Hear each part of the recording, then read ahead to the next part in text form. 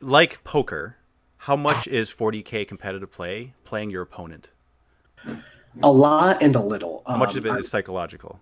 Yeah, I'm mediocre at best at poker, so I don't want to directly compare it to poker because I really don't know. But I would say you're not psychologically playing your opponent as far as gotcha rules, because I don't condone those in any capacity. I want to make my opponent fully aware of all the things I can do to him, Right.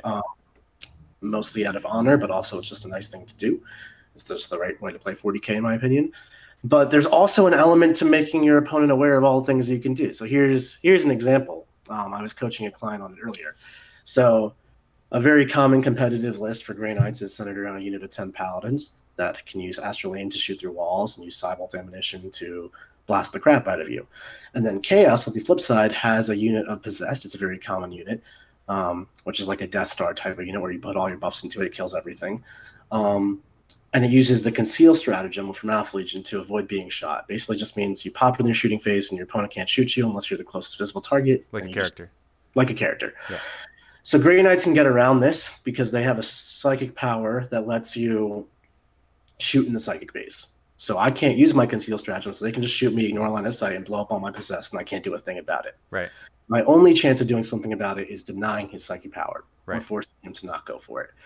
So what I will do to my opponent as the Chaos player in that instance is make him abundantly aware that I'll have like Armon or some other caster very, very at the front of my army, and be like, okay, this guy has +1 to deny. So if you try to cast in his deny range, I will have a better chance of denying it. Right. And then I'll make it so that, okay, his guns are 24 inches. I have a 24-inch deny, so that matches up fairly well.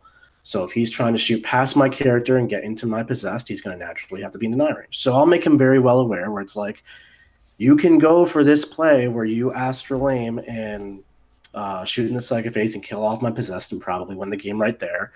But there's essentially a 50-50 chance I just deny it. And then if I deny it and you botch your psychic phase and then I just kill your paladins, you're going to lose the game right there.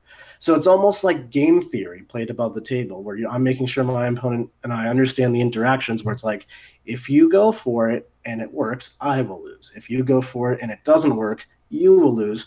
Or we could both agree to just not go for it, and then we play a nice tactical game of 40K. Interesting. Now, obviously, the decision point is on my opponent. If he goes for it, he goes for it. I don't have a say in the matter. But I can at least make him very aware of this interaction and see what he does.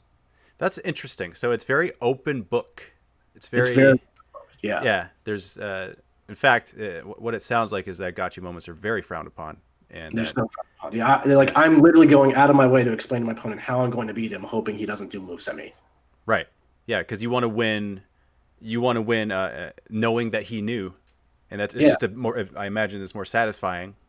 Like if you look at chess, there's like 12 rules in chess, just how the pieces move. Yeah. And en passant, the queen rule. Right. So there's no knowledge gap. You just know everything you can do. If you don't see something coming because your opponent had an 84-step plan and you had an 83-step plan, well, you lost fair and square. You just got outplayed. Right. And that's the way you want to win 40K. I don't want to get you because you didn't know on page 68 of my Harlequin Codex I had this stratagem. Like, no, that's absurd. Just make your opponent aware of your rules. And you don't have to tell every rule all the time to your opponent. That's just annoying and stupid. Read some context clues and be a social human. And if you see your opponent going for something that you have a stratagem to screw over or something, make him aware of your stratagem. Let him take his move back, like in the movement phase before it's too late.